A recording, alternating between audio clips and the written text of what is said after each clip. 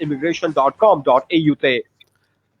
हाँ जी रेडियो हाँ जी 1674 एम ਤੁਸੀਂ ਇਸ ਵਕਤ ਟਿਊਨ ਇਨ ਕਰ ਚੁੱਕੇ ਹੋ। ਦਿਸ ਇਜ਼ ਯੂਰ ਆਪਣਾ ਆਰਜੇ ਵਨੀਤ, ਮੇਰੇ ਵੱਲੋਂ ਪਿਆਰ ਭਰੀ ਸਤਿ ਸ਼੍ਰੀ ਅਕਾਲ ਅਤੇ ਸਲਾਮ ਤੇ ਇੱਕ ਵਾਰ ਫਿਰ ਤੋਂ ਆਨ ਆ ਚੁੱਕਿਆ ਜੀ ਅਸੀਂ ਬਾਂਸਲ ਇਮੀਗ੍ਰੇਸ਼ਨ ਐਂਡ ਕੰਸਲਟੈਂਟਸ ਤੋਂ ਸਾਡੇ ਨਾਲ ਅਜੇ ਬਾਂਸਲ ਜੀ ਨੇ ਤੇ ਅੱਜ ਦੇ ਦਿਨ ਆਪਾਂ ਬਹੁਤ ਸਾਰੀਆਂ ਗੱਲਾਂ ਬਾਤਾਂ ਕਰਨੀਆਂ ਨੇ। ਥੋੜੀ ਜਿਹੀ ਪਹਿਲਾਂ ਟੈਕਨੀਕਲ ਪ੍ਰੋਬਲਮ ਸੀ ਜਿਸ ਕਰਕੇ ਆਵਾਜ਼ ਨਹੀਂ ਆ ਰਹੀ ਸੀ, ਲੇਕਿਨ ਹੁਣ ਆਲ ਗੁੱਡ ਟੂ ਗੋ ਹੈ।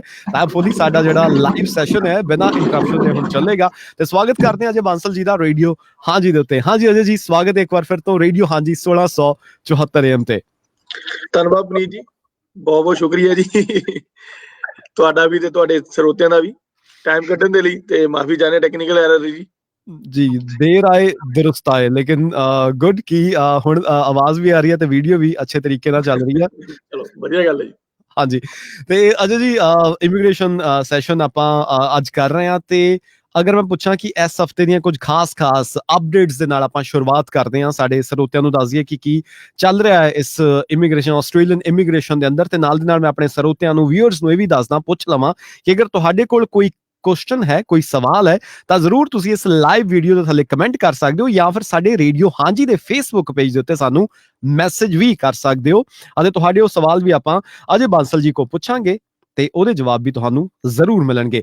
ਜੀ ਅਜੇ ਬਾਂਸਲ ਜੀ। ਹਾਂਜੀ ਸਰ ਜੀ, ਇਸ ਹਫਤੇ ਦੇ ਵਿੱਚ ਸਭ ਤੋਂ ਵੱਡੀ ਨਿਊਜ਼ ਤਾਂ ਇਹੀ ਹੈ ਜੀ, ਜਿਹੜੀ ਕਿ ਆਸਟ੍ਰੇਲੀਆ ਦੀ ਪੀਆਰ, ਜਿਵੇਂ ਕਿ ਆਪਾਂ ਪਿਛਲੇ ਵੀਕ ਪਹਿਲਾਂ ਦੱਸਿਆ ਸੀਗਾ ਵੀ ਪੀਆਰ ਬੰਦ ਨਹੀਂ ਹੋਈ, ਪੀਆਰ ਖੁੱਲੀ ਹੈ ਤੇ ਡਿਪਾਰਟਮੈਂਟ ਨੇ ਕਨਫਰਮ ਕੀਤਾ ਵੀ ਇਸ ਸਾਲ ਦੇ ਵੀ planning level so far so good, ਪਿਛਲੇ ਸਾਲ ਵਾਂਗੂ ਇਨਟੇਕ 1,60,000 ਹੀ ਰਹਿਣਾ। ਤੇ ਉਸ ਚੀਜ਼ ਨੂੰ ਕਨਫਰਮ ਕਰਦੇ ਹੋਏ ਪਿਛਲੇ ਬੀਤੇ ਦਿਨੀ ਇਨਵੀਟੇਸ਼ਨ ਵੀ ਆਏ ਨੇ, ਉਹਦੇ ਵਿੱਚ ਨਰਸਾਂ, ਡਾਕਟਰ, ਆਪਣੇ ਹੈਲਥ ਸੈਕਟਰ ਤੇ ਇੰਜੀਨੀਅਰ ਦੇ ਆਪਣੇ ਆਏ ਨੇ ਤੇ ਪੁਆਇੰਟਸ ਵੀ 90 ਤੋਂ 100 ਦੇ ਵਿੱਚ ਉਹਨਾਂ ਨੇ ਇਨਵੀਟੇਸ਼ਨ ਦਿੱਤੇ ਨੇ ਜੀ। ਤੇ ਇਹੀ ਸਭ ਤੋਂ ਵੱਡੀ ਨਿਊਜ਼ ਆ। ਉਸ ਤੋਂ ਬਾਅਦ ਇਹਦੇ ਨਾਲ ਹੀ ਆਸ ਵੱਧ ਗਈ ਇਹਦੀ ਕਿ ਜਲਦੀ ਹੀ ਸਟੇਟਸ ਤੇ ਟੈਰੀਟਰੀਆਂ ਵੀ ਖੋਲਣਗੀਆਂ ਤੇ ਹੋਰ ਤੇ ਬਹੁਤ ਜ਼ਿਆਦਾ ਉਮੀਦ ਆ ਕਿ ਪਹਿਲਾਂ ਦੇ ਰੂਲ ਦੇ ਹਿਸਾਬ ਨਾਲ ਹੀ ਖੋਲਣਗੇ ਜੀ। ਤੇ ਉਸ ਤੋਂ ਤੀਸਰੀ ਗੱਲ ਹੈ ਜੀ, ਪੀਆਰ ਦੀ ਵਨ ਜੀਐਸਐਮ ਤੋਂ ਇਲਾਵਾ ਹੋਰ ਵੀ ਆਪਸ਼ਨ ਨੇ, ਜਿਵੇਂ ਕਿ ਫੈਮਿਲੀ ਵੀਜ਼ਾ, ਉਹ ਵੀ ਚੱਲ ਰਹੇ ਨੇ, ਉਹ ਵੀ ਗ੍ਰਾਂਟ ਹੋ ਰਹੇ ਨੇ। ਔਨ ਸ਼ੋਰ ਖਾਸ ਕਰਕੇ ਜਿਹੜੇ ਪਾਰਟਨਰ ਵੀਜ਼ਾ ਸੀ ਉਹਦੀ ਪ੍ਰੋਸੈਸਿੰਗ ਪਹਿਲਾਂ ਨਾਲੋਂ ਬਹੁਤ ਕੁਇਕ ਕਰ ਦਿੱਤੀ ਗਈ ਹੈ ਜੀ। ਜਿਨ੍ਹਾਂ ਨੂੰ ਪਹਿਲਾਂ 18 ਮਹੀਨੇ ਲੱਗਦੇ ਸੀ, ਹੁਣ 2 ਤੋਂ 6 ਮਹੀਨਿਆਂ ਦੇ ਵਿੱਚ ਉਹਨਾਂ ਦੇ ਰਿਜ਼ਲਟ ਆ ਰਹੇ ਨੇ। ਤੇ ਤੀਸਰੀ ਗੱਲ, ਹੁਣ ਜਿਹੜੇ 482 ਤੇ ਜਿਹੜੇ EMPLOYER ਸਪਾਂਸਰਡ ਵੀਜ਼ੇ ਸੀ ਉਹਨਾਂ ਦੇ ਉੱਤੇ ਵੀ ਆਪਣਾ ਡਿਪਾਰਟਮੈਂਟ ਬਹੁਤ ਜ਼ਿਆਦਾ ਕੁਇਕ ਹੋ ਰਿਹਾ ਤੇ ਜਿਹੜੀਆਂ ਫਾਈਨਲ ਸਾਡੀਆਂ 6 ਮਹੀਨੇ ਤੋਂ ਪੈਂਡਿੰਗ ਸੀ ਉਹਨਾਂ ਦੀ ਰਿਕੁਐਸਟ ਫॉर ਇਨਫੋਰਮੇਸ਼ਨ ਜਾਂ ਵੀਜ਼ੇ ਜਾਂ ਨੋਮੀਨੇਸ਼ਨ ਅਪਰੂਵਲ ਹੋ ਕੇ ਆ ਰਹੀਆਂ ਨੇ ਜੀ। ਤੇ ਅਪਡੇਟਸ ਇੰਨੀ ਹੈ ਜੀ ਅੱਜ ਲਈ। ਕੁਝ ਚੰਗੀਆਂ ਪੋਜ਼ਿਟਿਵ ਕੁਝ ਅਪਡੇਟਸ ਆਈਆਂ ਨੇ। ਬਿਲਕੁਲ ਬਿਲਕੁਲ ਜੀ। ਤੇ ਅਗਰ ਆਪਾਂ ਅੱਜ ਦੇ ਦਿਨ ਗੱਲਬਾਤ ਕਰੀਏ ਕਿ ਆਪਾਂ ਕਿਸ ਮੁੱਦੇ ਦੇ ਉੱਤੇ ਆਪਣੇ ਸਰੋਤਿਆਂ ਨਾਲ ਰੂਬਰੂ ਹੋਵਾਂਗੇ, ਉਹ ਕਿਹੜਾ ਮੁੱਦਾ ਹੈ ਜਿਹੜਾ ਤੁਸੀਂ ਲੈ ਕੇ ਆਏ ਹੋ ਅੱਜ ਦਾ ਮੁੱਦਾ ਜੀ? ਕਿਉਂਕਿ ਪੀਆਰ ਬਾਰੇ ਮੈਂ ਤੁਹਾਡੇ ਪ੍ਰੋਗਰਾਮ ਦੇਖਦਾ, ਪੀਆਰ ਬਾਰੇ ਸਾਰੇ ਬਾਰੇ ਪੀਆਰ ਬਾਰੇ ਗੱਲ ਹੋ ਰਹੀ ਹੈ ਜੀ, ਤਾਂ ਆਪਾਂ ਥੋੜਾ ਜਿਹਾ ਹਟ ਕੇ ਅੱਜ ਮੈਂ ਥੋੜਾ ਸਿਟੀਜ਼ਨਸ਼ਿਪ ਬਾਰੇ ਦੱਸਣਾ ਚਾਹੁੰਦਾ ਜੀ। ਕਿਉਂਕਿ ਮੇਰੇ ਖਿਆਲ ਨਾਲ ਕੋਈ ਵੀ ਬੰਦਾ ਜੋ ਪੀਆਰ ਹੁੰਦਾ, ਅਗਲਾ ਸਟੈਪ ਉਹਦਾ ਸਿਟੀਜ਼ਨਸ਼ਿਪ ਦਾ ਹੀ ਹੁੰਦਾ ਵੀ ਮੈਂ ਸਿਟੀਜ਼ਨ ਕਿਵੇਂ ਹੋਊਂਗਾ, ਕਿਹੜੀਆਂ ਚੀਜ਼ਾਂ ਕਰਕੇ ਹੋ ਸਕਦਾ, ਤੇ ਮੋਰ ਇੰਪੋਰਟੈਂਟਲੀ ਜਿਹੜੇ ਬੱਚੇ ਉਰੇ ਬੋਰਨ ਹੋਏ ਨੇ ਉਹਨਾਂ ਦੇ ਸਿਟੀਜ਼ਨਸ਼ਿਪ ਦੇ ਕੀ ਰਾਈਟਸ ਨੇ, ਉਹ ਕਿਵੇਂ, ਕਦੋਂ ਤੇ ਕਿਵੇਂ ਸਿਟੀਜ਼ਨ ਹੋ ਸਕਦੇ ਨੇ, ਆਪਾਂ ਉਹਦੇ ਬਾਰੇ ਡਿਟੇਲ ਦੇ ਵਿੱਚ ਗੱਲ ਕਰਾਂਗੇ ਜੀ। ਤੇ ਕਿਹੜੀਆਂ ਚੀਜ਼ਾਂ ਉਹਨਾਂ ਨੂੰ ਸਿਟੀਜ਼ਨ ਬਣਨ ਤੋਂ ਰੋਕਦੀਆਂ ਨੇ ਜੀ। ਜੀ ਅਗਰ ਚਲੋ ਮੈਂ ਸਵਾਲ ਪੁੱਛਾਂ ਸਭ ਤੋਂ ਪਹਿਲਾਂ ਕਿ ਸਿਟੀਜ਼ਨਸ਼ਿਪ ਲੈਣ ਦੇ ਸਭ ਤੋਂ ਯੂਜੂਅਲ ਜਿਹੜੇ ਨੇ ਵੇਜ਼ ਕਿਹੜੇ ਨੇ ਤੇ ਕੀ ਰਿਕੁਆਇਰਮੈਂਟਸ ਆ? ਹਾਂਜੀ, ਸਿਟੀਜ਼ਨਸ਼ਿਪ ਲੈਣ ਦਾ ਸਭ ਤੋਂ ਯੂਜੂਅਲ ਵੇ ਜੀ, ਜਿਵੇਂ ਕਿ ਪੁਨੀਤ ਜੀ ਤੁਸੀਂ, ਮੈਂ ਜਾਂ ਜਿਵੇਂ ਆਪਣੇ ਮੋਸਟਲੀ ਆਪਣੇ ਇੰਡੀਅਨ ਜਾਂ ਪੰਜਾਬੀ ਕਮਿਊਨਿਟੀ ਵਾਲੇ ਨੇ ਜੀ, ਉਹਨੂੰ ਕਹਿੰਦੇ ਸਿਟੀਜ਼ਨਸ਼ਿਪ ਬਾਈ ਕਨਫਰਲ। ਜਿਵੇਂ ਕਿ ਆਪਣੇ ਉਰੇ ਬੰਦਾ ਸਟੂਡੈਂਟ ਵੀਜ਼ੇ ਤੇ ਆਉਂਦਾ ਜੀ, ਟੀਆਰ ਪਾਉਂਦਾ, ਪੀਆਰ ਪਾਉਂਦਾ, ਤੇ ਫਿਰ ਪੀਆਰ ਤੋਂ ਬਾਅਦ ਉਹ ਸਿਟੀਜ਼ਨਸ਼ਿਪ ਪਾਉਂਦਾ ਜੀ। ਉਹ ਪ੍ਰੋਸੈਸ ਨੂੰ ਪੀਆਰ ਤੋਂ ਬਾਅਦ ਜਿਹੜੀ ਉਰੇ ਸਿਟੀਜ਼ਨਸ਼ਿਪ ਆਈ ਨੂੰ ਸਿਟੀਜ਼ਨਸ਼ਿਪ ਬਾਈ ਕਨਫਰਲ ਕਿਹਾ ਜਾਂਦਾ ਜੀ। ਉਹਦੇ ਲਈ ਜਿਹੜੀ ਮੇਨ ਰਿਕੁਆਇਰਮੈਂਟ ਹੈ ਤੁਹਾਡੀ ਆਸਟ੍ਰੇਲੀਆ ਦੇ ਵਿੱਚ 4 ਸਾਲ ਦੀ ਰੈਜ਼ੀਡੈਂਸੀ ਚਾਹੀਦੀ ਹੈ ਜੀ। ਪਿਛਲੇ 4 ਸਾਲ ਦੇ ਵਿੱਚ ਜੀ, ਇਹਦੇ ਵਿੱਚ ਤੁਸੀਂ ਪਾਰਟਸ ਨੂੰ ਯੂਜ਼ ਕਰ ਸਕਦੇ, ਪਿਛਲੇ 4 ਸਾਲ ਨੂੰ ਗਿਣਿਆ ਜਾਂਦਾ ਜੀ। ਪਿਛਲੇ 4 ਸਾਲ ਦੇ ਵਿੱਚੋਂ ਪਿਛਲੇ 12 ਮਹੀਨੇ ਤੁਸੀਂ ਐਜ਼ ਪਰਮਨੈਂਟ ਰੈਜ਼ੀਡੈਂਟ ਰਹੇ ਹੋਣੇ ਚਾਹੀਦੇ ਹੋ। ਤੇ 4 ਸਾਲ ਦੇ ਵਿੱਚ ਤੁਹਾਨੂੰ ਟੋਟਲ 12 ਮਹੀਨੇ ਦਾ ਗੈਪ ਅਲਾਉਡ ਹੈ ਜੀ। ਉਹ ਟੋਟਲ ਮਤਲਬ ਕਿ ਤੁਸੀਂ 2 ਮਹੀਨੇ 2 ਮਹੀਨੇ 4 ਮਹੀਨੇ ਜਿਵੇਂ ਵੀ ਟੋਟਲ ਐਡ ਕਰਕੇ ਉਹ 12 ਮਹੀਨੇ ਤੋਂ ਵੱਧ ਨਹੀਂ ਹੋਣਾ ਚਾਹੀਦਾ। ਤੇ ਪਿਛਲੇ ਇੰਕਲੂਡਿੰਗ 2 12 ਮਹੀਨੇ ਦੇ ਵਿੱਚ ਪਿਛਲੇ 12 ਮਹੀਨੇ ਦੇ ਵਿੱਚ 90 ਦਿਨ ਤੋਂ ਵੱਧ ਦਾ ਗੈਪ ਨਹੀਂ ਹੋਣਾ ਚਾਹੀਦਾ ਜੀ। ਜੇ ਉਹ ਗੈਪ ਹੈਗਾ ਤੁਹਾਡਾ, ਜੇ 12 ਮਹੀਨੇ ਤੋਂ ਵੱਧ ਰਹੇ ਹੋ, ਤਾਂ ਜਿਸ ਦਿਨ ਤੁਹਾਡੀ ਰਿਕੁਆਇਰਮੈਂਟ ਪੂਰੀ ਕਰੋਗੇ ਜੀ ਉਦੋਂ ਬਾਅਦ ਤੁਸੀਂ ਸਿਟੀਜ਼ਨਸ਼ਿਪ ਅਪਲਾਈ ਕਰ ਸਕਦੇ ਹੋ। ਤੇ ਇਹਦੇ ਵਿੱਚ ਆਪਣਾ ਦੂਜੀ ਗੱਲ, ਇਹਦੇ ਵਿੱਚ ਮੇਨ ਦੂਜੀ ਰਿਕੁਆਇਰਮੈਂਟ ਹੁੰਦੀ ਹੈ ਕਰੈਕਟਰ ਰਿਕੁਆਇਰਮੈਂਟ ਜੀ, ਵੀ ਤੁਹਾਡਾ ਕਰੈਕਟਰ ਬਿਲਕੁਲ ਕਲੀਅਰ ਹੋਣਾ ਚਾਹੀਦਾ, ਤੁਹਾਡੇ ਕੋਈ ਆਪਣੇ ਕ੍ਰਿਮੀਨਲ ਜਾਂ ਹੋਰ ਤਰ੍ਹਾਂ ਦੇ ਚਾਰजेस ਨਹੀਂ ਹੋਣੇ ਚਾਹੀਦੇ। ਜੀ, ਤੇ ਇਹ ਤਾਂ ਹੋ ਗਈਆਂ ਬੇਸਿਕ ਰਿਕੁਆਇਰਮੈਂਟਸ ਤੇ ਜਿਹੜੇ ਹਾਂਜੀ ਐਡੀਸ਼ਨਲ ਕੋਈ ਡਾਕੂਮੈਂਟਸ ਹੁੰਦੇ ਨੇ ਉਹਨਾਂ ਵਿੱਚੋਂ ਸਿਰਫ ਇੱਕ ਕਰੈਕਟਰ ਸਰਟੀਫਿਕੇਟ ਟਾਈਪ ਦਾ ਹੀ ਡਾਕੂਮੈਂਟਸ ਆਉਂਦਾ ਜਾਂ ਫਿਰ ਹੋਰ ਵੀ ਡਾਕੂਮੈਂਟਸ ਹੋਣੇ ਹੋਰ ਚਾਹੀਦੇ ਵੀ ਤੁਹਾਡੇ ਕੋਲ? ਦੇਖੋ ਜੀ, ਤਕਰੀਬਨ ਕਿਉਂਕਿ ਪੀਆਰ ਨੂੰ ਆਸਟ੍ਰੇਲੀਅਨ ਡਿਪਾਰਟਮੈਂਟ ਕੋਲੇ ਸਾਰੀ ਇਨਫੋਰਮੇਸ਼ਨ ਹੁੰਦੀ ਹੋਈ ਹੈ। ਉਹਦੇ ਵਿੱਚ ਜੇ ਤੁਸੀਂ ਪੀਆਰ ਹੋਣ ਤੋਂ ਬਾਅਦ 12 ਮਹੀਨੇ ਤੋਂ ਵੱਧ ਰਹੇ ਹੋ ਤਾਂ ਤੁਹਾਨੂੰ ਓਵਰਸੀਜ਼ ਪੁਲਿਸ ਕਲੀਅਰੈਂਸ ਪ੍ਰੋਵਾਈਡ ਕਰਨਾ ਪੈਂਦਾ। ਪਰ ਜੇ ਤੁਸੀਂ ਪੀਆਰ ਹੋਣ ਤੋਂ ਬਾਅਦ 12 ਮਹੀਨੇ ਤੋਂ ਬਾਹਰ ਨਹੀਂ ਰਹੇ ਤਾਂ ਉਹਦੀ ਲੋੜ ਨਹੀਂ। ਕਰੈਕਟਰ ਇੰਪੋਰਟੈਂਟ ਬਾਰੇ ਮੈਂ ਇਸ ਕਰਕੇ ਗੱਲ ਕੀਤੀ ਹੈ ਜੀ, ਕਿਉਂਕਿ ਜਿੰਨੀਆਂ ਵੀ ਰਿਫਿਊਜ਼ਲਸ ਆਪਾਂ ਦੇਖਦੇ ਆ 80 ਤੋਂ 90% ਉਹ ਕਰੈਕਟਰ ਦੇ ਬੇਸ ਤੇ ਹੀ ਰਿਫਿਊਜ਼ ਹੁੰਦੀਆਂ ਨੇ ਜੀ। ਜਿਹੜੀ ਸਿਟੀਜ਼ਨਸ਼ਿਪ ਬਾਈ ਕਨਫਰਲ ਦਾ ਆਈਡੀਆ ਜੀ, ਉਹਦੇ ਵਿੱਚ ਤੁਹਾਨੂੰ ਡਿਕਲੇਰੇਸ਼ਨ ਦੇਣੀ ਪੈਂਦੀ ਹੈ ਵੀ ਤੁਹਾਡੇ ਤੇ ਕੋਈ ਕ੍ਰਿਮੀਨਲ ਜਾਂ ਕੋਈ ਹੋਰ ਤਰ੍ਹਾਂ ਦੇ ਚਾਰजेस ਤਾਂ ਨਹੀਂ ਹੈਗੇ। ਤੇ ਮੋਸਟਲੀ ਜੇ ਆਪਾਂ ਪਿੱਛੇ ਜਾ ਕੇ ਦੇਖੀਏ, ਤੁਸੀਂ ਵੀ ਤੇ ਸਾਡੇ ਸਰੋਤੇ ਬੜੇ ਹੈਰਾਨ ਹੋਣਗੇ ਜੀ, ਮਾਈਨਰ ਟ੍ਰੈਫਿਕ ਅਫੈਂਸ ਕਰਕੇ ਵੀ ਕਿਉਂਕਿ ਉਹ ਪ੍ਰੋਪਰਲੀ ਡਿਸਕਲੋਜ਼ ਜਾਂ ਪ੍ਰੋਪਰਲੀ ਦੱਸੇ ਨਹੀਂ ਗਏ, ਉਹਦੇ ਕਰਕੇ ਸਿਟੀਜ਼ਨਸ਼ਿਪ ਰਿਜੈਕਟ ਹੋ ਗਈ। ਬੀਇੰਗ ਅ ਇੰਡੀਅਨ ਜੀ, ਤੁਸੀਂ ਵੀ ਜਿਵੇਂ ਆਏ ਹੋ ਤੇ ਇਮੇਜਿਨ ਕਰੋ ਪੀਆਰ ਤੋਂ ਬਾਅਦ ਤੁਹਾਡੀ ਸਿਟੀਜ਼ਨਸ਼ਿਪ ਰਿਜੈਕਟ ਹੋ ਜੇ, ਬਹੁਤ ਵੱਡੀ ਗੱਲ ਆ ਜੀ, ਕਿਤੇ ਨਾ ਕਿਤੇ ਜ਼ਿੰਦਗੀ ਖੜ ਹੀ ਜਾਂਦੀ ਹੈ। ਜੀ, ਤਾਂ ਇਸੇ ਕਰਕੇ ਮੈਂ ਕਰੈਕਟਰ ਨੂੰ ਥੋੜਾ ਜ਼ਿਆਦਾ ਇੰਪੋਰਟੈਂਟ ਦੇ ਰਿਹਾ ਜੀ। ਤੇ ਬਹੁਤ ਛੋਟੀਆਂ ਛੋਟੀਆਂ ਚੀਜ਼ਾਂ ਜਿਵੇਂ ਕਿ ਤੁਹਾਡੇ ਇੱਕ ਰਿਜੈਕਟ ਹੋਈ ਸੀ ਜੀ, ਜਿਵੇਂ ਮੈਂ ਕੇਸ ਪੜਿਆ ਸੀਗਾ ਤੇ ਉਹ ਕੋਰਟ ਦੇ ਵਿੱਚ ਵੀ ਉਹਨੂੰ ਰਿਲੀਫ ਨਹੀਂ ਮਿਲਿਆ। ਟ੍ਰੈਫਿਕ ਅਫੈਂਸ ਸੀਗੇ ਜੀ 2007 ਤੋਂ ਲੈ ਕੇ 2015 ਦੇ ਵਿੱਚ ਉਹਦੇ ਬੰਦੇ ਦੇ ਉੱਤੇ 15 ਤੋਂ 16 ਟ੍ਰੈਫਿਕ ਅਫੈਂਸ ਸੀਗੇ, ਜਿਹੜੀ ਕਿ ਆਪਣੇ ਆਪ ਚ ਵਾਲੀ, ਤੇ ਉਹਦੇ ਵਿੱਚ ਕੋਈ ਜ਼ਿਆਦਾ ਸੀਰੀਅਸ ਵੀ ਨਹੀਂ ਸੀਗੇ। ਸਪੀਡਿੰਗ ਦੇ ਫਾਈਨ ਸੀਗੇ, ਲਾਇਸੈਂਸ ਸਸਪੈਂਸ਼ਨ ਸੀਗੀ, ਬਟ ਕਿਉਂਕਿ ਉਹ ਬੰਦੇ ਨੇ ਡਿਸਕਲੋਜ਼ ਨਹੀਂ ਕੀਤਾ, ਇਹਦੇ ਕਰਕੇ ਉਹਦੀ ਸਿਟੀਜ਼ਨਸ਼ਿਪ ਰਿਜੈਕਟ ਹੋ ਗਈ ਜੀ। ਤੇ ਜਦੋਂ ਏਟੀ ਦੇ ਵਿੱਚ ਅਪੀਲ ਵੀ ਕੀਤੀ, ਜਦੋਂ ਉੱਥੇ ਵੀ ਜਾ ਕੇ ਗਏ, ਉੱਥੇ ਵੀ ਉਹਦੇ ਜਿਹੜੇ ਆਨਸਰ ਸੀਗੇ ਬੜੇ ਮਿਕਸਡ ਸੀਗੇ ਜੀ। ਮੈਂ ਭੁੱਲ ਗਿਆ ਜੀ ਤੇ ਮੈਨੂੰ ਯਾਦ ਨਹੀਂ ਰਿਹਾ, ਤੇ ਉਦੋਂ ਬਾਅਦ ਉਹਨੇ ਕਿਹਾ ਜੀ ਮੈਂ ਇਹਨਾਂ ਤੋਂ ਸਿੱਖਿਆ ਤੇ ਮੈਂ ਅੱਗੇ ਤੋਂ ਨਹੀਂ ਕਰੂੰਗਾ। ਪਰ ਏਟੀ ਨੇ ਉਹਦੇ ਆਨਸਰ ਨਾ ਮੰਨਦੇ ਹੋਏ ਲਾਈਕ ਉਹਨਾਂ ਨੇ ਡਿਕਲੇਅਰ ਕੀਤਾ ਵੀ ਇਹ ਬੰਦੇ ਨੂੰ ਆਸਟ੍ਰੇਲੀਅਨ ਲਾਅ ਦਾ ਕੋਈ ਰਿਗਾਰਡ ਨਹੀਂ ਹੈਗਾ ਜੀ। ਇਹ ਬਹੁਤ ਇੰਪੋਰਟੈਂਟ ਟਰਮ ਹੈ ਜੀ, regard for Australian law and values. ਜੇ ਉਹ ਕਿਤੇ ਵੀ ਤੁਹਾਡੇ ਕੰਡਕਟ ਕਰਕੇ ਉਹਨਾਂ ਨੂੰ ਚਾਹੇ ਛੋਟਾ ਚਾਹੇ ਵੱਡਾ ਇਹ ਲੱਗਦਾ ਵੀ ਤੁਹਾਨੂੰ ਆਸਟ੍ਰੇਲੀਅਨ ਲਾਅ ਦਾ ਰਿਗਾਰਡ ਨਹੀਂ ਹੈਗਾ ਜੀ, ਤਾਂ ਉਹ ਤੁਹਾਡੀ ਸਿਟੀਜ਼ਨਸ਼ਿਪ ਰਿਫਿਊਜ਼ ਕਰ ਸਕਦੇ ਨੇ ਜੀ। ਇੱਕ ਹੋਰ ਐਗਜ਼ਾਮਪਲ ਸੀਗੀ ਜੀ, ਜਿਹਦੇ ਵਿੱਚ ਇੱਕ ਲੇਡੀ ਨੂੰ ਇੱਕ ਦਿਨ ਦੇ ਵਿੱਚ ਹੀ 3-4 ਸੇਮ ਅਫੈਂਸ ਲਈ I think red light jumping ਲਈ ਫਾਈਨ ਮਿਲਿਆ ਜੀ। ਉਹਦੀ ਵੀ ਸਿਟੀਜ਼ਨਸ਼ਿਪ ਰਿਫਿਊਜ਼ ਹੋ ਗਈ ਜੀ। ਜਦਕਿ ਇੱਕ ਹੋਰ ਸੀ ਜੀ, ਇੱਕ ਉਹ ਤੀਸਰੇ ਦੇ ਵਿੱਚ ਜਿਵੇਂ ਉਹਦੇ ਕੋਲ ਸੀਗਾ ਜੀ ਇੱਕ ਥੈਫਟ ਦਾ ਚਾਰਜ ਸੀਗਾ ਜੀ। ਉਹ ਸ਼ਾਪਿੰਗ ਸੈਂਟਰ ਗਿਆ ਜੀ, ਸ਼ੂਜ਼ ਪਾਏ ਤੇ ਆਪਣਾ ਆਰਾਮ ਨਾਲ ਬਾਊ ਜੀ ਆ ਰਹੇ ਸੀਗੇ ਜੀ, ਬਟ ਉਹ ਫੜੇ ਗਏ ਤੇ ਉਹਨਾਂ ਨੂੰ, ਤੇ ਉਦੋਂ 7-8 ਸਾਲ ਬਾਅਦ ਉਹ ਬੰਦੇ ਨੇ ਜੀ ਪੀਆਰ ਪਾਈ, ਤੇ ਪੀਆਰ ਤੋਂ ਬਾਅਦ ਫਿਰ ਜਦੋਂ ਸਿਟੀਜ਼ਨਸ਼ਿਪ ਪਾਈ ਜੀ ਤਾਂ ਉਹਨਾਂ ਨੇ ਪਿਛਲਾ ਸਾਰਾ ਚਿੱਠਾ ਖੋਲ ਲਿਆ ਜੀ, ਕਿਉਂਕਿ ਉਸ ਬੰਦੇ ਦਾ ਆਫੈਂਸ ਵੱਡਾ ਨਹੀਂ ਸੀ ਜੀ। ਜੀ। ਉਸ ਬੰਦੇ ਨੂੰ ਇਸ ਕਰਕੇ ਰਿਜੈਕਟ ਕੀਤਾ ਗਿਆ ਕਿਉਂਕਿ ਉਹਨੇ ਉਹ ਚੀਜ਼ ਡਿਸਕਲੋਜ਼ ਨਹੀਂ ਕੀਤੀ ਜੀ। ਓਹ ਓਕੇ। ਇਹ ਬਹੁਤ ਡਿਸਕਲੋਜ਼ਰ ਬਹੁਤ ਜ਼ਿਆਦਾ ਜ਼ਰੂਰੀ ਹੈ ਜੀ, ਕਿਉਂਕਿ ਸਿਟੀਜ਼ਨ ਪੀਆਰ ਦੇ ਵਿੱਚ ਤਾਂ ਬਹੁਤ ਕੁੰਡੀਆਂ ਹੁੰਦੀਆਂ ਨੇ ਜੀ, ਮਤਲਬ ਕਿ ਵੀ ਇਸ ਤਰ੍ਹਾਂ ਨੇ। ਸਿਟੀਜ਼ਨ ਜੀ ਬੜਾ ਹੀ ਸਿੱਧਾ ਸਾਦਾ ਸਟ੍ਰੇਟ ਫਾਰਵਰਡ ਪ੍ਰੋਸੈਸ ਹੈ, ਬਟ ਜਦੋਂ ਆਪਾਂ ਉਹਨੂੰ ਫੋਲੋ ਨਹੀਂ ਕਰਦੇ that could have a grave consequence. ਪਹਿਲਾ ਸਟੈਪ ਸਹੀ ਹੋ ਜੇ ਤਾਂ ਬਹੁਤ ਸੌਖਾ ਰਹਿੰਦਾ, ਜਦੋਂ ਪਹਿਲੇ ਸਟੈਪ ਤੋਂ ਹੀ ਗਲਤ ਹੋ ਜਾਂਦਾ ਤਾਂ ਉਹਨੂੰ ਠੀਕ ਕਰਨ ਦੇ ਵਿੱਚ ਬੜੀ ਪ੍ਰੋਬਲਮ ਆਉਂਦੀ ਹੈ ਜੀ। ਜੀ, ਤੇ ਅਜੇ ਬਾਂਸਲ ਜੀ, ਅਗਲਾ ਸਵਾਲ ਸਿਟੀਜ਼ਨਸ਼ਿਪ ਦੇ ਨਾਲ ਰਿਲੇਟਡ ਹੀ, ਰਿਫਿਊਜ਼ਲ ਦੇ ਨਾਲ ਰਿਲੇਟਡ, ਕਿ ਜਦੋਂ ਅਗਰ ਰਿਫਿਊਜ਼ ਹੋ ਜਾਵੇ ਤੁਹਾਡੀ ਹਾਂਜੀ, ਸਿਟੀਜ਼ਨਸ਼ਿਪ, ਤੇ ਉਸ ਤੋਂ ਬਾਅਦ ਆਪਾਂ ਇਹਦੇ ਰਿਗਾਰਡਿੰਗ ਅਪੀਲ ਕਰ ਸਕਦੇ ਹਾਂ ਜਾਂ ਨਹੀਂ? ਬਿਲਕੁਲ ਕਰ ਸਕਦੇ ਨੇ ਤੁਸੀਂ। ਏਟੀ ਦੇ ਵਿੱਚ ਤੁਸੀਂ ਇੰਟਰਨਲ ਰਿਵਿਊ ਵੀ ਅਪਲਾਈ ਕਰ ਸਕਦੇ ਹੋ, ਤੁਸੀਂ ਏਟੀ ਦੇ ਵਿੱਚ ਵੀ ਜਾ ਸਕਦੇ ਹੋ ਜੀ। ਬਿਲਕੁਲ ਤੁਸੀਂ ਅਪੀਲ ਕਰ ਸਕਦੇ, ਕਰਨੀ ਵੀ ਚਾਹੀਦੀ ਹੈ ਜੀ। ਬਟ ਮੈਂ ਇੱਕ ਚੀਜ਼ ਜ਼ਰੂਰ ਕਹੂੰਗਾ ਜੀ, ਸਿਟੀਜ਼ਨਸ਼ਿਪ ਐਪਲੀਕੇਸ਼ਨ ਆਪਣੇ ਆਪ ਵਿੱਚ ਬੜੀ ਸੌਖੀ ਹੈ ਜੀ, ਪਰ ਜੇ ਤੁਹਾਡੇ ਕੋਲ ਕਿਤੇ ਵੀ ਕੋਈ ਵੀ ਕ੍ਰਿਮੀਨਲ ਕਨਵਿਕਸ਼ਨ ਹੈਗੀ ਆ, ਚਾਹੇ ਉਹ ਜਿੰਨੀ ਛੋਟੀ ਆ, ਚਾਹੇ ਟ੍ਰੈਫਿਕ ਅਫੈਂਸ ਵੀ ਨੇ ਜੀ, ਤਾਂ ਜੀ, ਬੈਟਰ ਵੀ ਤੁਸੀਂ ਕਿਸੇ ਰਜਿਸਟਰਡ ਮਾਈਗ੍ਰੇਸ਼ਨ ਏਜੰਟ ਜਾਂ ਲਾਇਰ ਦੀ ਸਲਾਹ ਲਓ ਜੀ, ਤੇ ਉਹਨੂੰ ਫੁੱਲੀ ਡਿਸਕਲੋਜ਼ ਕਰੋ। ਕਿਉਂਕਿ ਜਦੋਂ ਤੁਸੀਂ ਡਿਸਕਲੋਜ਼ ਕਰ ਦਿੰਦੇ ਹੋ ਤਾਂ ਤੁਸੀਂ ਆਪਣੀ ਜ਼ਿੰਮੇਵਾਰੀ ਤੋਂ ਵਿਹਲੇ ਹੋ ਜਾਂਦੇ ਹੋ ਜੀ, ਤੇ ਉਹਦਾ ਉਨਾ ਹੀ ਇੰਪੈਕਟ ਹੁੰਦਾ ਜਿੰਨਾ ਤੁਸੀਂ ਆਪਣੀ ਵਰਡਿੰਗ ਦੇਖਦੇ। ਜਦੋਂ ਤੁਸੀਂ ਨਹੀਂ ਡਿਸਕਲੋਜ਼ ਕਰਦੇ ਤੇ ਤੁਸੀਂ ਇੱਕ ਹਿਸਾਬ ਦਾ ਫੜੇ ਜਾਂਦੇ ਹੋ, ਫਿਰ ਉਸ ਨਿੱਕੀ ਵੀ ਚੀਜ਼ ਵੀ ਬਹੁਤ ਵੱਡੀ ਬਣ ਜਾਂਦੀ ਹੈ, ਜਿਹਦੇ ਨਾਲ ਰਿਫਿਊਜ਼ਲ ਮਿਲਣ ਦੇ ਚਾਂਸ ਵੱਧ ਜਾਂਦੇ ਨੇ ਜੀ। ਜੀ।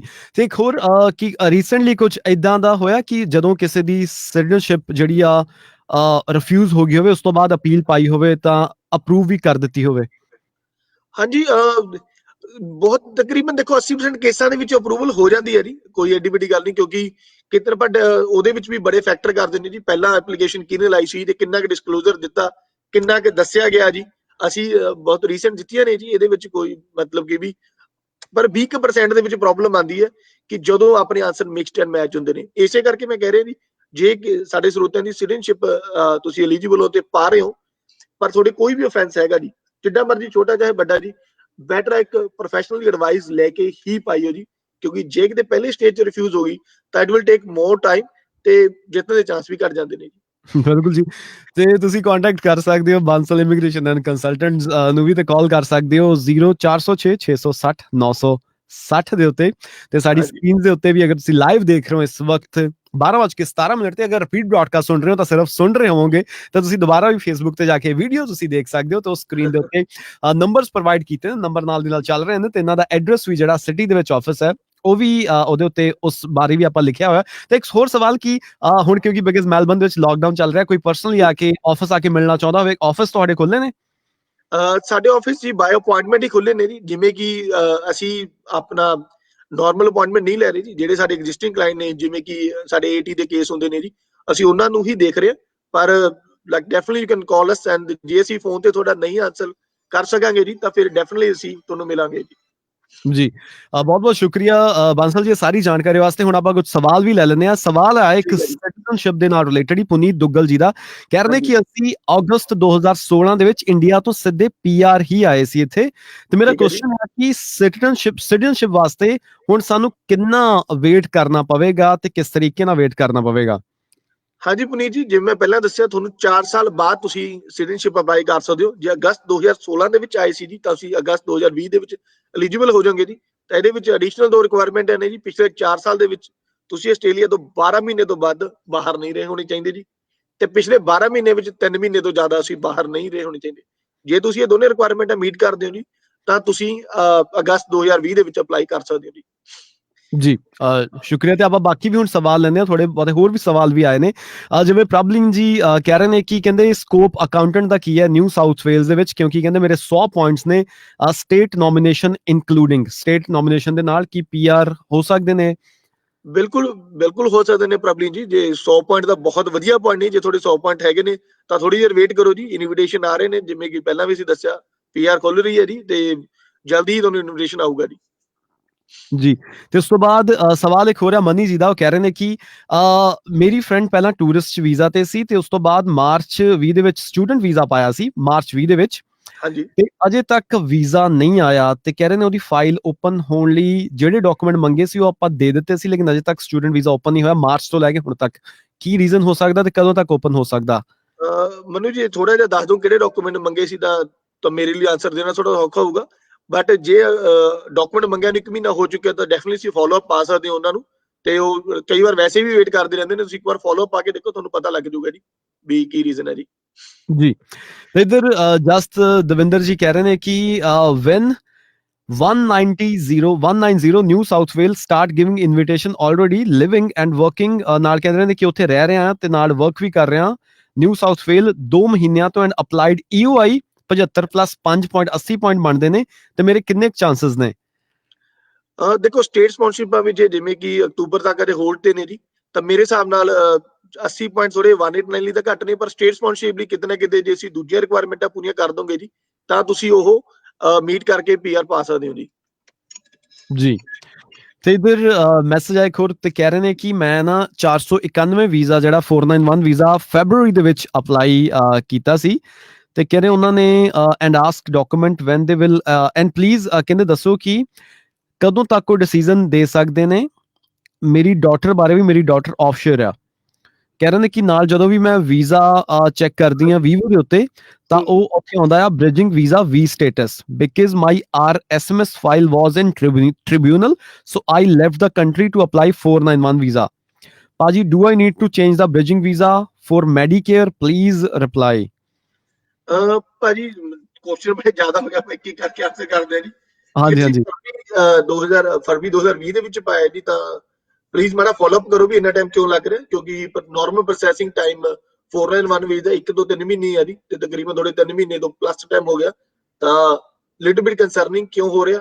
ਤੇ ਦੂਸਰੀ ਗੱਲ ਜੀ, ਮੈਡੀਕੇਅਰ ਲਈ eligibility the day you get the bridging visa letter ਜੀ, ਤੁਸੀਂ ਆਪਣਾ ਪਾਸਪੋਰਟ ਤੇ ਆਪਣਾ ਬ੍ਰਿਜਿੰਗ ਵੀਜ਼ਾ ਗ੍ਰਾਂਟ ਲੈਟਰ ਲੈ ਕੇ ਜਦੋਂ ਮੈਡੀਕਲ ਜਾਓਗੇ ਜੀ ਤਾਂ ਤੁਸੀਂ ਉਹ ਉੱਥੇ ਆਪਣਾ ਤੁਹਾਨੂੰ ਮੈਡੀਕਲ ਗ੍ਰਾਂਟ ਦੇਣਾ ਪਊਗਾ ਜੀ ਉਹਨਾਂ ਨੂੰ, ਤੁਸੀਂ ਲੈ ਸਕਦੇ ਹੋ। ਤੇ ਤੀਸਰੀ ਗੱਲ ਜੇ ਤੁਹਾਡੀ ਤੀਸਰੇ ਹੋਰ ਕੀ ਸੀਗਾ ਪਨੀਤ ਜੀ ਇਹਨਾਂ ਦਾ ਕੁਐਸਚਨ? ਹਾਂਜੀ ਜ਼ਰੂਰ ਮੈਂ ਤੁਹਾਨੂੰ ਹਾਂਜੀ ਇਹਨਾਂ ਦਾ ਕੁਐਸਚਨ ਸੀ ਕਿ ਟ੍ਰਿਬਿਊਨਲ ਦੇ ਵਿੱਚ ਇਹਨਾਂ ਦੀ ਜਿਹੜੀ RSMS ਫਾਈਲ ਸੀ, ਫਾਈਲ, ਹਾਂਜੀ ਹਾਂਜੀ ਹਾਂਜੀ, ਤੇ ਉਹ Vivo ਦੇ ਉੱਤੇ ਸ਼ੋ ਨਹੀਂ ਹੋ ਰਿਹਾ ਸਰ ਜੀ। ਉਹ ਸ਼ੋਅ ਨਹੀਂ ਹੋ ਡਿਪਾਰਟਮੈਂਟ ਦੀ ਟੈਕਨੀਕਲ ਪ੍ਰੋਬਲਮ ਆ ਜੀ, ਵੀ ਜੇ ਤੁਸੀਂ ਬਰੀਥਿੰਗ ਦਾ B ਲੈ ਲੈਂਦੇ ਹੋ, ਉਹ ਉਹਦੇ ਤੇ ਬਰੀਥਿੰਗ ਦਾ B ਹੀ ਚੱਲਦਾ ਰਹਿੰਦਾ, ਉਹ A ਦੇ ਵਿੱਚ ਕਨਵਰਟ ਨਹੀਂ ਹੁੰਦਾ ਜੀ। ਤਾਂ ਉਹਦੇ ਲਈ ਤੁਸੀਂ ਸੋਲੂਸ਼ਨ ਇਹ ਹੈ ਵੀ Vivo ਐਪ ਡਾਊਨਲੋਡ ਕਰੋ ਆਪਣੇ ਮੋਬਾਈਲ ਦੇ ਵਿੱਚ, ਉਹਦੇ ਵਿੱਚ ਅਪ ਟੂ ਡੇਟ ਤੁਹਾਨੂੰ ਮਿਲੂਗਾ ਜੀ।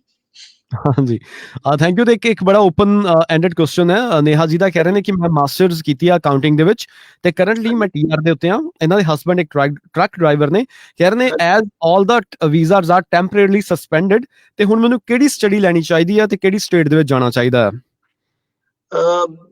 ਹਾਂ ਜੀ, ਇਹ ਓਪਨ ਐਂਡਡ ਕੁਐਸਚਨ ਹੈ ਜੀ। ਪਹਿਲੀ ਗੱਲ ਤਾਂ ਵੀਜ਼ਾ ਕੋਈ ਸਸਪੈਂਡ ਨਹੀਂ ਹੈਗੇ ਜੀ, ਇਨਵੀਟੇਸ਼ਨ ਆ ਰਹੇ ਨੇ ਤੇ ਵੀਜ਼ੇ ਵੀ ਆ ਰਹੇ ਨੇ। ਤਾਂ ਪਹਿਲੀ ਗੱਲ ਤਾਂ ਇਹ ਮਿਸਕਨਸੈਪਸ਼ਨ ਆਪਣੇ ਦਿਮਾਗ 'ਚ ਕੱਢ ਲਓ ਵੀ ਵੀਜ਼ੇ ਸਸਪੈਂਡਡ ਨੇ, ਸਿਰਫ ਸਟੇਟ ਸਪਾਂਸਰਸ਼ਿਪ ਵਾਲੀਆਂ ਜਿਹੜੀਆਂ ਉਹ ਚੀਜ਼ਾਂ ਸਸਪੈਂਡ ਨੇ ਜੀ।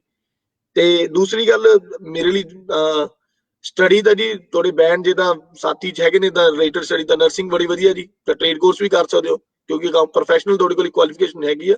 ਤਾਂ do recommend doing another professional. Out of professional nursing ਤੇ ਟ੍ਰੇਡ ਕੋਰਸ ਦੇ ਵਿੱਚੋਂ ਤੁਸੀਂ ਕੋਈ ਵੀ ਚੂਜ਼ ਕਰ ਸਕਦੇ ਹੋ। ਵਿਕਟੋਰੀਆ ਕਰ ਲਓ, ਨਿਊ ਸਾਊਥ ਵੇਲ ਕਰ ਲਓ, ਦੋਨੇ ਵਧੀਆ ਨੇ ਜੀ। ਸ਼ੁਕਰੀਆ। ਤੇ ਮਨੂ ਜੀ ਕਹਿ ਰਹੇ ਨੇ ਕਿ ਸਰ ਜੀ ਵਟ ਅਬਾਊਟ 491 ਸ਼ੈਫ ਵਿਕਟੋਰੀਆ, ਕਿੰਨਾ ਟਾਈਮ ਲੱਗ ਰਿਹਾ ਅੱਜ ਕੱਲ? ਕਹਿੰਦੇ ਮੈਂ ਆਪਣੀ 30 ਮਾਰਚ ਨੂੰ ਫਾਈਲ ਲਾਂਚ ਕੀਤੀ ਸੀ 491 ਸ਼ੈਫ ਵਿਕਟੋਰੀਆ। ਸਰ ਜੀ ਵਿਕਟੋਰੀਆ ਸਟੇਟ ਸਪਾਂਸਰਸ਼ਿਪ ਅਪਰੂਵਲ ਆ ਕੇ ਤੁਸੀਂ ਵੀਜ਼ਾ ਐਪਲੀਕੇਸ਼ਨ ਲਾਂਚ ਕੀਤੀ ਹੈ ਜੀ, ਤਾਂ ਬੜੀ ਹੀ ਜਲਦੀ ਆ ਜਾਣੀ ਚਾਹੀਦੀ ਹੈ। ਐਜ਼ ਆਈ ਸੈਡ ਬਿਫੋਰ, 1 ਮਹੀਨੇ ਤੋਂ ਲੈ ਕੇ 3 ਮਹੀਨੇ ਤੱਕ ਦਾ ਟਾਈਮ ਲੱਗ ਰਿਹਾ ਜੀ 491 ਦੇ ਐਵਰੇਜ ਪ੍ਰੋਸੈਸਿੰਗ ਨੂੰ। ਤੇ ਜੇ ਹਜੇ ਤੱਕ ਤੁਹਾਨੂੰ ਕੁਝ ਨਹੀਂ ਮਿਲਿਆ ਤਾਂ ਪਲੀਜ਼ ਆਪਣੇ ਏਜੰਟ ਜਾਂ ਆਪਣੇ ਤੁਸੀਂ ਆਪ ਵੀ ਲਾਈਆ ਡਿਪਾਰਟਮੈਂਟ ਇੱਕ ਵਾਰ ਕੰਟੈਕਟ ਕਰੋ ਵੀ ਤੁਹਾਡੀ ਫਾਈਲ ਦਾ ਕੀ ਬਣ ਰਿਹਾ। ਤੇ ਜੇ ਕੋਈ ਕੰਪਲਿਕੇਸ਼ਨ ਹੈ ਤਾਂ ਸਾਨੂੰ ਦੱਸੋ, ਫਿਰ ਮੈਂ ਥੋੜਾ ਹੋਰ ਡਿਟੇਲ ਦੱਸ ਦਿੰਦਾ। ਜੇ ਕੋਈ ਕੰਪਲਿਕੇਸ਼ਨ ਨਹੀਂ ਹੈਗੀ ਤਾਂ you should expect result very soon. ਬਲਕਿ ਤੇ ਨਾਲ ਦੀ ਨਾਲ ਮੈਂ ਸਾਰੇ ਆਪਣੇ ਵਿਊਅਰਸ ਨੂੰ ਦੱਸ ਦੇਣਾ ਚਾਹੁੰਦਾ ਕਿ ਬਹੁਤ ਸਾਰੇ ਸਵਾਲ ਆ ਰਹੇ ਨੇ ਤੁਹਾਡੇ, ਕਿਉਂਕਿ ਆਪਾਂ ਸਾਰੇ ਸਵਾਲ ਨਹੀਂ ਲੈ ਪਾਵਾਂਗੇ ਇੰਨੀ ਛੇਤੀ, ਕਿਉਂਕਿ ਆਨਸਰ ਦੇਣਾ ਵੀ ਰਿਸਰਚ ਕਰਨੀ ਬਹੁਤ ਮੁਸ਼ਕਲ ਹੋ ਜਾਂਦੀ ਹੈ, ਤੇ ਕਿਉਂਕਿ ਤੁਹਾਡਾ ਕੇਸ ਸਟੱਡੀ ਕਰਨਾ ਉਹ ਬਹੁਤ ਜ਼ਰੂਰੀ ਹੁੰਦਾ। ਇਸ ਕਰਕੇ ਅਗਰ ਤੁਸੀਂ ਕੋਈ ਵੀ ਹੋਰ ਇਨਫੋਰਮੇਸ਼ਨ ਚਾਹੁੰਦੇ ਹੋ ਤਾਂ ਤੁਸੀਂ ਜ਼ਰੂਰ ਬਾਂਸਲ ਇਮੀਗ੍ਰੇਸ਼ਨ ਐਂਡ ਕੰਸਲਟੈਂਟਸ ਨੂੰ ਇਹਨਾਂ ਨੂੰ ਕੰਟੈਕਟ ਕਰ ਸਕਦੇ ਹੋ। ਤੁਸੀਂ ਸੌਖਾ ਕੰਮ ਹੈ, ਗੂਗਲ ਦੇ ਉੱਤੇ ਲਿਖੋ ਬਾਂਸਲ ਇਮੀਗ੍ਰੇਸ਼ਨ ਕੰਸਲਟੈਂਟਸ, ਤਾਂ ਇਹਨਾਂ ਦੀ ਵੈਬਸਾਈਟ, ਇਹਨਾਂ ਦੇ ਫੋਨ ਨੰਬਰ, ਇਹਨਾਂ ਦਾ ਐਡਰੈਸ ਸਭ ਕੁਝ ਉੱਥੇ ਆ ਜਾਂਦਾ ਹੈ, ਤੇ ਤੁਸੀਂ ਇਹਨਾਂ ਨੂੰ ਕੰਟੈਕਟ ਵੀ ਕਰ ਸਕਦੇ ਹੋ। ਨਹੀਂ ਤਾਂ ਸਾਡੀ ਜਿਹੜੀ ਲਾਈਵ ਸਕਰੀਨ ਇਸ ਵਕਤ ਚੱਲ ਰਹੀ ਹੈ ਫੇਸਬੁੱਕ ਦੇ ਉੱਤੇ, ਉਹਦੇ ਉੱਤੇ ਵੀ ਇਹਨਾਂ ਦਾ ਨੰਬਰ ਐਡਰੈਸ ਸ਼ੋ ਹੋ ਰਿਹਾ ਹੈ, ਤੇ ਤੁਸੀਂ ਉੱਥੋਂ ਵੀ ਇਹਨਾਂ ਨੂੰ ਕੰਟੈਕਟ ਕਰ ਸਕਦੇ ਹੋ। ਅਗਲਾ ਸਵਾਲ ਲੈਂਦੇ ਹਾਂ, ਤੇ ਉਹ ਕਹਿ ਰਹੇ ਨੇ ਕਿ ਨਾਰਥਰਨ ਟੈਰੀਟਰੀ ਦੇ ਵਿੱਚ ਉਹ ਪਿਛਲੇ 1 ਸਾਲ ਤੋਂ ਰਹਿ ਰਹੇ ਨੇ, ਕਹਿ ਰਹੇ ਨੇ ਕਿ ਐਨੀ ਚਾਂਸਸ ਆਫ 190? ਸਰ ਕੱਲੇ ਸਿਰਫ ਰਹਿਣ ਦੇ ਨਾਲ 190 ਨਹੀਂ ਮਿਲਦਾ ਜੀ। ਜੇ ਤੁਸੀਂ ਉੱਥੇ 2 ਸਾਲ ਪੜ੍ਹਾਈ ਕੀਤੀ ਆ ਜੀ, ਖਾਸ ਕਰਕੇ CDU ਦੇ ਵਿੱਚ, ਫੇਰ ਤਾਂ ਚਾਂਸ ਹੈਗੇ ਨੇ ਜੀ। ਬਾਕੀ ਜਦੋਂ ਹੁਣ ਖੁੱਲਣਗੀਆਂ ਦੁਬਾਰ ਤੋਂ ਉਦੋਂ ਜ਼ਿਆਦਾ ਡਿਟੇਲ ਦੱਸ ਸਕਦੇ। ਪਰ ਇੱਕ ਚੀਜ਼ ਜ਼ਰੂਰ ਹੈ ਜੀ, ਜੇ ਉੱਥੇ ਹੈਗੇ ਉਹਦਾ ਡਟੇ ਰਹੋ ਜੀ। ਹੁਣ ਪਲੀਜ਼ ਵਾਪਸ ਨਾ ਆਇਓ, ਕਿਉਂਕਿ ਜੇ 1 ਸਾਲ ਲਾ ਲਿਆ ਤਾਂ ਡੈਫੀਨਿਟਲੀ ਉੱਥੇ ਕੁਛ ਨਾ ਕੁਛ ਤਾਂ ਜ਼ਰੂਰ ਖੁੱਲੂਗਾ ਜੀ। ਤੇ ਬਾਕੀ ਪੁਨੀਤ ਜੀ ਸੌਰੀ ਮੈਂ ਥੋੜੀ ਵਿੱਚੋਂ ਇੰਟਰਪਟ ਕਰ ਰਿਹਾ, ਇੱਕ ਆਪਣਾ continuation of the topic citizenship ਲਈ, ਵੀ ਜਿਹੜੇ ਬੱਚੇ ਉਰੇ ਬੌਰਨ ਹੋਏ ਨੇ ਜੀ, ਜੀ ਉਹਨਾਂ ਬਾਰੇ ਮੈਂ ਥੋੜਾ ਦੱਸਣਾ ਚਾਹੁੰਦਾ ਜੀ। ਵੀ ਜੀ ਇੱਕ ਤਾਂ ਆਪਾਂ ਜਿਵੇਂ ਪਹਿਲਾਂ ਗੱਲ ਕੀਤੀ ਸੀ ਸਿਟੀਜ਼ਨਸ਼ਿਪ ਬਾਈ ਕਨਫਰਲ ਦੀ, ਵੀ ਜਿਹੜੇ ਬੰਦੇ ਉਰੇ ਆਉਂਦੇ ਨੇ, ਉਰੇ ਸਟੂਡੈਂਟ PR TR ਹਨਾ, ਤੇ ਉਦੋਂ ਬਾਅਦ ਉਹ ਪਾਉਂਦੇ ਨੇ। ਪਰ ਸਰ ਦੂਜੀ ਮੇਨ ਕੈਟੇਗਰੀ ਜਿਹੜੀ ਆਪਣੀ ਕਮਿਊਨਿਟੀ ਨਾਲ ਰਿਲੇਟਡ ਹੈ ਜੀ, childrens who are born here to temporary residents, ਤੇ ਉਹਨਾਂ ਦੀ ਸਿਟੀਜ਼ਨਸ਼ਿਪ ਦਾ ਕੀ ਸੀ ਇਹਨਾਂ ਦੀ। ਤਾਂ ਜਿਹੜੇ ਬੱਚੇ ਜਦੋਂ ਬੋਰਨ ਹੁੰਦੇ ਨੇ ਜੀ, ਜੇ ਤੁਹਾਡੇ ਉਹਨਾਂ ਦੇ ਦੋਨਾਂ ਪੇਰੈਂਟਸ ਵਿੱਚ ਇੱਕ ਪੇਰੈਂਟਸ ਵੀ PR ਦਾ ਸਿਟੀਜ਼ਨ ਨਹੀਂ ਹੈਗਾ, ਤਾਂ ਉਹ ਬੱਚੇ ਨੂੰ ਬਾਈ ਇਫੈਕਟ ਆਫ ਮਾਈਗ੍ਰੇਸ਼ਨ ਲਾਅ ਉਹੀ ਸਟੇਟਸ ਮਿਲਦਾ ਜਿਹੜਾ ਉਹਦੇ ਪੇਰੈਂਟਸ ਦਾ ਹੁੰਦਾ ਜੀ। ਪਰ ਜੇ ਉਹ ਬੱਚਾ ਉਰੇ ਬੋਰਨ ਹੋਇਆ ਤੇ ਉਹ 10 ਸਾਲ ਆਸਟ੍ਰੇਲੀਆ ਦੇ ਵਿੱਚ ਆਰਡੀਨਰੀ ਰੈਜ਼ੀਡੈਂਟ, ਠੀਕ ਹੈ ਜੀ, ਆਰਡੀਨਰੀ ਰੈਜ਼ੀਡੈਂਟ ਹੈ ਜੀ, ਉਹ ਬੱਚਾ 10ਵੇਂ ਬਰਥਡੇ ਤੇ ਮਤਲਬ ਕਿ 10 ਸਾਲ ਕੰਪਲੀਟ ਹੋਣ ਤੋਂ ਬਾਅਦ ਉਹ ਆਸਟ੍ਰੇਲੀਅਨ ਸਿਟੀਜ਼ਨ ਬਣ ਜਾਂਦਾ ਜੀ by effect of law. Section 12B1 of the citizenship act ਉਹਨੂੰ ਸਿਟੀਜ਼ਨ ਬਣਾ ਦਿੰਦਾ ਜੀ। ਤਾਂ ਉਹ 10 ਸਾਲ ਦੇ ਵਿੱਚ ਉਹਨੂੰ ਉਰੇ ਕੰਟੀਨਿਊ ਰਹਿਣ ਦੀ ਲੋੜ ਨਹੀਂ ਹੈਗੀ ਜੀ। ਸ਼ਾਰਟ ਟ੍ਰਿਪਸ ਮਤਲਬ ਕਿ ਲਾਅ ਅਲਾਉ ਕਰਦਾ ਵੀ ਤੁਸੀਂ ਆਪਣੀ ਹੋਮ ਕੰਟਰੀ ਵਿੱਚ ਜਾ ਰਹੇ ਹੋ 2 ਮਹੀਨੇ ਲਈ, 4 ਮਹੀਨੇ ਲਈ, 6 ਮਹੀਨੇ ਲਈ ਤੁਸੀਂ ਘੁੰਮਣ ਜਾ ਰਹੇ ਹੋ, ਤਾਂ ਤੁਸੀਂ ਤੇ ਘੁੰਮ ਕੇ ਵਾਪਸ ਆਉਂਦੇ ਹੋ ਤਾਂ ਤੁਹਾਡੀ ਉਹ 10 ਸਾਲ ਦੀ ਐਲੀਜੀਬਿਲਟੀ ਨੂੰ ਇਫੈਕਟ ਨਹੀਂ ਕਰੂਗਾ। ਤੁਹਾਡੇ ਪੇਰੈਂਟਸ ਦਾ ਵੀਜ਼ਾ ਸਟੇਟਸ 10 ਸਾਲ ਦੇ ਵਿੱਚ ਕੀ ਰਿਹਾ, ਇਸ ਚੀਜ਼ ਦਾ ਸਿਟੀਜ਼ਨਸ਼ਿਪ ਨਾਲ ਕੋਈ ਲੈਣਾ ਦੇਣਾ ਨਹੀਂ ਜੀ। ਉਹ ਵੀ ਚੀਜ਼ ਤੁਹਾਡੀ ਸਿਟੀਜ਼ਨਸ਼ਿਪ ਨੂੰ ਇਫੈਕਟ ਨਹੀਂ ਕਰੂਗੀ ਜੀ। ਉਸ ਤੋਂ ਬਾਅਦ ਜਿਹੜਾ ਮੇਨ ਸਾਡੇ ਕੋਲ ਕੁਐਸਚਨ ਆਉਂਦਾ ਜੀ, ਕਈ ਵਾਰ ਬੱਚੇ ਜਿਵੇਂ ਉਹਨਾਂ ਨੇ ਛੱਡਿਆ ਹੁੰਦਾ ਜੀ ਵੀ 1 ਸਾਲ ਲਈ ਇੰਡੀਆ ਛੱਡਿਆ ਜੀ, 2 ਸਾਲ ਲਈ ਇੰਡੀਆ ਛੱਡਿਆ ਜੀ। ਜਿਵੇਂ ਹੁਣ ਰੀਸੈਂਟਲੀ ਅਸੀਂ ਕੇਸ ਕੀਤਾ ਜੀ, ਉਹਦੇ ਵਿੱਚੋਂ ਬੱਚੀ 3 ਸਾਲ ਇੰਡੀਆ ਰਹਿ ਕੇ ਆਈ ਸੀ ਜੀ। 2 ਡਿਫਰੈਂਟ ਟਾਈਮ ਦੇ ਵਿੱਚ, ਇੱਕ ਟਾਈਮ ਦੇ ਵਿੱਚ 1.5 ਸਾਲ, ਇੱਕ ਟਾਈਮ 'ਚ 1 ਸਾਲ, 6 ਮਹੀਨੇ ਵਾਂਗੂ ਤਕਰੀਬਨ ਉਹ 3 ਸਾਲ ਇੰਡੀਆ ਰਹਿ ਕੇ ਆਈ ਸੀ ਜੀ। ਉਹਦੀ ਵੀ ਅਸੀਂ ਸਿਟੀਜ਼ਨਸ਼ਿਪ ਪ੍ਰੂਵ ਕਰ ਲਈ, ਕਿਉਂਕਿ ਆਰਡੀਨਰੀ ਰੈਜ਼ੀਡੈਂਟ ਦਾ ਮਤਲਬ ਇਹ ਹੈ ਜੀ ਵੀ ਜੇ ਤੁਸੀਂ ਥੋੜੇ ਸ਼ਾਰਟ ਟ੍ਰਿਪ ਤੋਂ ਇਲਾਵਾ ਥੋੜੇ ਲੰਬੇ ਟਾਈਮ ਲਈ ਵੀ ਜਾਂਦੇ ਹੋ ਜੀ, ਤਾਂ ਜੇ ਉਹ ਬੱਚੇ ਦੇ ਮਨ ਦੇ ਵਿੱਚ ਹਰ ਟਾਈਮ ਇਹੀ ਸੀਗੀ ਆਸਟ੍ਰੇਲੀਆ ਨੂੰ ਐਜ਼ ਅ ਘਰ ਮੰਨ ਰਿਹਾ ਸੀ, ਬੜਾ ਹੀ ਸਬਜੈਕਟਿਵ ਜੀ ਇੰਟੈਂਸ਼ਨ ਆ, ਬੜੀ ਹਾਰਡ, ਪਰ ਇਹ ਨਹੀਂ ਹਾਰਡ ਨਹੀਂ ਹੈਗੀ ਪ੍ਰੂਵ ਕਰਨੀ ਜੀ, as long as you make a very good submission. ਇਹਦੇ ਤੇ ਕੇਸ ਵੀ ਹੈ ਜੀ ਜਸਟਿਸ ਕਲੀਸਨ ਦਾ, ਜੇ ਬਲਕਿ ਤੁਸੀਂ I leave a comment, leave that link in the comments ਸਾਡੇ ਸਰੋਤਿਆਂ ਲਈ, ਉਹਨੂੰ ਪੜ੍ਹ ਜੀ ਕੇ ਤੁਹਾਨੂੰ ਪਤਾ ਲੱਗ ਜਾਊਗਾ ਜੀ ਵੀ ਇਹ ਲੰਬਾ ਗੈਪ ਵੀ ਜੇ ਤੁਸੀਂ ਪ੍ਰੂਵ ਕਰਦੇ ਹੋ ਕਿ ਬੱਚਾ ਚਾਹੇ ਇੰਡੀਆ ਰਿਹਾ, ਬਟ ਉਹ ਜਿੰਨਾ ਟਾਈਮ ਵੀ ਇੰਡੀਆ ਰਿਹਾ ਆਸਟ੍ਰੇਲੀਆ ਨੂੰ ਹੀ ਘਰ ਸਮਝ ਰਿਹਾ ਸੀਗਾ। ਜੀ ਜਿਹੜਾ ਕਿ ਜੇ ਤੁਹਾਡੇ ਪੇਰੈਂਟਸ ਸਪੋਜ਼ ਕਰੋ ਬੱਚਾ ਇੰਡੀਆ ਸੀਗਾ ਬਟ ਉਹਦੇ ਪੇਰੈਂਟਸ ਉਰੇ ਸੀ, ਤਾਂ ਇਹ ਪ੍ਰੂਵ ਕਰਨਾ ਬੜਾ ਸੌਖਾ ਹੋ ਜਾਂਦਾ ਜੀ। ਤਾਂ ਜੇ ਤੁਸੀਂ ਇਹ ਚੀਜ਼ ਪ੍ਰੂਫ ਕਰ ਦਿੰਦੇ ਹੋ ਜੀ, ਤਾਂ ਤੁਹਾਨੂੰ ਸਿਟੀਜ਼ਨਸ਼ਿਪ ਮਿਲ ਸਕਦੀ ਹੈ ਜੀ, ਚਾਹੇ ਜਿੰਨਾ ਵੀ ਗੈਪ ਆ ਜੀ 3 ਸਾਲ ਦਾ 4 ਸਾਲ ਦਾ, 4 ਸਾਲ ਤੋਂ ਬਾਅਦ ਥੋੜਾ ਪ੍ਰੂਵ ਕਰਨਾ ਔਖਾ ਹੋ ਜੂ, ਪਰ 3-4 ਸਾਲ ਤੱਕ ਦਾ ਗੈਪ ਈਜ਼ੀਲੀ ਪ੍ਰੂਵ ਕੀਤਾ ਜਾ ਸਕਦਾ with good submission and documents, if we can prove that ਕਿ ਵੀ ਭਾਈ ਬੱਚੇ ਦੀ ਜਿੰਨਾ ਟਾਈਮ ਵੀ ਇੰਡੀਆ ਰਿਹਾ ਉਹ ਆਸਟ੍ਰੇਲੀਆ ਨੂੰ ਆਪਣਾ ਘਰ ਮੰਨ ਰਿਹਾ ਸੀ। ਜੀ ਇੱਕ ਹੋਰ ਇੱਕ ਸਵਾਲ ਹੈ ਸਿਟੀਜ਼ਨਸ਼ਿਪ ਦੇ ਨਾਲ ਰਿਲੇਟਡ ਹੀ, ਗੁਰਦੀਪ ਜੀ ਦਾ। ਉਹ ਕਹਿ ਰਹੇ ਨੇ ਕਿ ਮੈਂ ਅਪਲਾਈ ਕਰਨਾ ਚਾਹੁੰਦਾ, ਬਟ ਪ੍ਰੋਬਲਮ ਇਹ ਹੈ ਕਿ ਜਦੋਂ ਮੇਰਾ ਸਟੂਡੈਂਟ ਵੀਜ਼ਾ ਐਕਸਪਾਇਰ ਹੋ ਰਿਹਾ ਸੀ ਪਹਿਲਾਂ, ਤੇ ਉਸ ਤੋਂ ਇੱਕ ਦਿਨ ਪਹਿਲਾਂ ਮੈਂ ਆਪਣੀ TR ਅਪਲਾਈ ਕੀਤੀ ਸੀ, ਮੇਰੀ ਫੀਸ ਡਿਡਕਟ ਹੋ ਗਈ ਸੀ ਮੇਰੇ ਅਕਾਊਂਟ ਦੇ ਵਿੱਚੋਂ on the same day, but ਮੇਰਾ ਬ੍ਰਿਜਿੰਗ ਵੀਜ਼ਾ ਇੱਕ ਦਿਨ ਬਾਅਦ ਆਇਆ ਸੀ। ਤੇ ਕਹਿੰਦੇ ਹੁਣ ਜਦੋਂ ਮੈਂ ਅਪਲਾਈ ਕਰ ਰਿਹਾ ਸਿਟੀਜ਼ਨਸ਼ਿਪ, ਤਾਂ website says you are not eligible to apply citizenship yet, what are the options? ਬਹੁਤ ਵਧੀਆ ਕੁਐਸਚਨ ਪੁੱਛਿਆ ਸਰ ਜੀ, ਤੇ ਇਹਦੇ ਲਈ ਸਰ ਤੁਹਾਨੂੰ ਮਿਨਿਸਟਰ ਨੂੰ ਰਿਕੁਐਸਟ ਕਰਨੀ ਪੈਣੀ ਹੈ ਸਰ ਜੀ। ਜਿਹੜੀ ਸਿਟੀਜ਼ਨਸ਼ਿਪ ਦੇ ਵਿੱਚ ਜੇ ਆਪਾਂ ਗੱਲ ਕਰੀਏ ਉਹਦੇ ਵਿੱਚ ਜੇ ਇਸ ਤਰ੍ਹਾਂ ਦਾ ਕੋਈ ਵੀ ਚੀਜ਼ ਹੋ ਜਾਂਦਾ ਜੀ, ਪਰ ਇੱਕ ਚੀਜ਼ ਹੈ ਤੁਸੀਂ ਐਲੀਜੀਬਲ ਸੀਗੇ ਵੀਜ਼ੇ ਲਈ, ਠੀਕ ਹੈ ਜੀ, ਪਰ ਤੁਹਾਨੂੰ ਸਿਸਟਮ ਨਹੀਂ ਅਲਾਉ ਕਰ ਰਿਹਾ, ਤਾਂ ਤੁਸੀਂ ਉਹਨੂੰ ਮੈਨੂਅਲੀ ਅਪਲਾਈ ਕਰੋ ਜੀ with the written submission, saying that we ਭਾਈ ਇਹਦੇ ਕਰਕੇ ਮੈਨੂੰ ਸਿਸਟਮ ਅਲਾਉ ਨਹੀਂ ਕਰ ਰਿਹਾ ਕਿਉਂਕਿ ਮੈਂ ਇੱਕ ਦਿਨ ਇਲੀਗਲ ਹੋ ਗਿਆ ਸੀ, ਪਰ ਜਿੰਨਾ ਟਾਈਮ ਵੀ ਮੈਂ ਇਲੀਗਲ ਸੀਗਾ ਉਹਨਾਂ ਟਾਈਮ ਮੈਂ ਬ੍ਰਿਜਿੰਗ ਵੀਜ਼ੇ ਲਈ ਜਾਂ ਉਹ ਕਿਸੇ ਵੀ ਵੀਜ਼ੇ ਲਈ ਐਲੀਜੀਬਲ ਸੀ, ਪਰ due to technical error from the departments and ਮੈਨੂੰ ਉਹਨਾਂ ਟਾਈਮ ਇਲੀਗਲ ਰੱਖਿਆ ਗਿਆ, ਤੇ ਫਿਰ ਤੁਹਾਨੂੰ ਕੋਈ ਪ੍ਰੋਬਲਮ ਨਹੀਂ ਆਣੀ ਜੀ। ਜੀ ਆਈ ਹੋਪ ਕਿ ਆਨਸਰ ਨਾਲ ਸੈਟੀਸਫਾਈ ਹੋਣਗੇ ਗੁਰਦੀਪ ਜੀ, ਤੇ ਜ਼ਰੂਰ ਇਸ ਤਰੀਕੇ ਨਾਲ ਹੀ ਅਪਲਾਈ ਕਰਨਗੇ।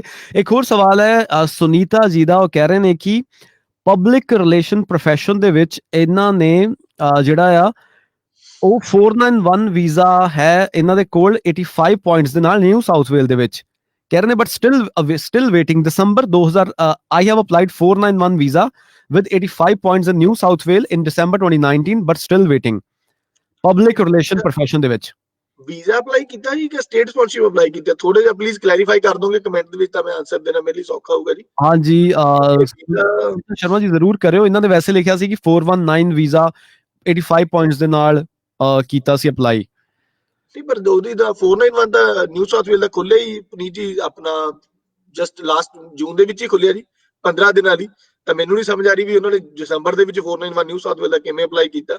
ਮੈਂ ਉਹੀ ਕਹਿ ਰਿਹਾ ਵੀ ਕੁਝ ਪਲੀਜ਼ ਥੋੜਾ ਕਲੈਰੀਫਾਈ ਕਰ ਦੋਗੇ ਤਾਂ ਮੇਰੇ ਆਨਸਰ ਦੇਣਾ ਸੌਖਾ ਹੋਊਗਾ। ਬਿਲਕੁਲ ਜੀ, ਤੇ ਇੱਕ ਦੋ ਤਿੰਨ ਹੋਰ ਸਵਾਲ, ਕਪਲ ਆਫ ਕੁਐਸਚਨਸ ਆਪਾਂ ਲਵਾਂਗੇ ਲਾਸਟ, ਤੇ ਮੈਂ ਹੀ ਸਾਰਿਆਂ ਨੂੰ ਕਹਾਂਗਾ ਕਿ ਜ਼ਰੂਰ ਤੁਸੀਂ ਕੰਟੈਕਟ ਕਰ ਸਕਦੇ ਹੋ ਬਾਂਸਲ ਇਮੀਗ੍ਰੇਸ਼ਨ ਨੂੰ ਇਹਨਾਂ ਦੇ ਨੰਬਰ ਦੇ ਉੱਤੇ, ਜਾਂ ਫਿਰ ਈਮੇਲ ਤੁਸੀਂ ਕਰ ਸਕਦੇ ਹੋ ਇਹਨਾਂ ਨੂੰ। ਇੱਧਰ ਸਵਾਲ ਆਇਆ, ਕਹਿ ਰਹੇ ਨੇ ਕਿ ਮੈਂ ਪੇਂਟਿੰਗ ਦੀ ਸਟੱਡੀ ਪੂਰੀ ਕਰ ਲਈ ਹੈ ਤੇ ਮੇਰਾ ਜੌਬ ਰੈਡੀ ਵੀ ਕੰਪਲੀਟ ਹੋ ਗਿਆ ਹੈ, ਕਿ ਹੁਣ ਮੈਨੂੰ ਤਸਮਾਨੀਆ ਮੂਵ ਹੋਣ 'ਚ ਫਾਇਦਾ ਹੈ? ਮੇਰਾ ਬ੍ਰਿਜਿੰਗ ਵੀਜ਼ਾ ਹੈ ਐਂਡ ਵਿਕਟੋਰੀਆ 'ਚ ਮੈਨੂੰ ਕੋਈ ਜੌਬ ਆਫਰ ਵੀ ਨਹੀਂ ਮਿਲ ਰਹੀ।